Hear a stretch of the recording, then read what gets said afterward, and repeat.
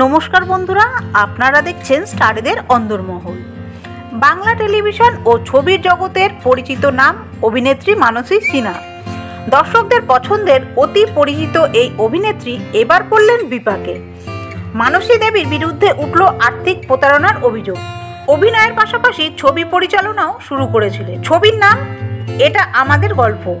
আর এই ছবিটি করতে গিয়েই বাধে বিপত্তি। 2020 সালে ফেব্রুয়ারিতে ছবির সিংহভাগ শুটিং হয়ে গিয়েছিল। আর সেই ছবি সহ পরিচালক দীপঙ্কর সংবাদ মাধ্যমকে জানিয়েছেন, মানসী আমার থেকে 26,28,000 টাকা নিয়েছিলেন, কিন্তু সেই টাকা আমি ফেরত পাইনি।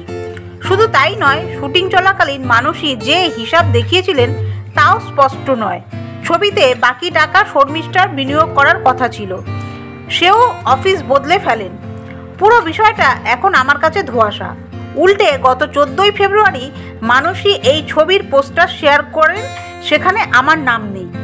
এই বিষয় নিয়ে মানসী সিনহা বলেন, দীপঙ্কর বলেছে টাকা খরচের হিসেব দিতে পারেনি শর্মিষ্ঠা, কিন্তু এখন দীপঙ্করের মনে হচ্ছে আমি ওকে ঠকাচ্ছি। বন্ধুরা, তারকাদের বিষয় এইরকমই খুঁটিনাটি আরও তথ্য পেতে জুড়ে থাকবেন আমাদের চ্যানেলটির সাথে।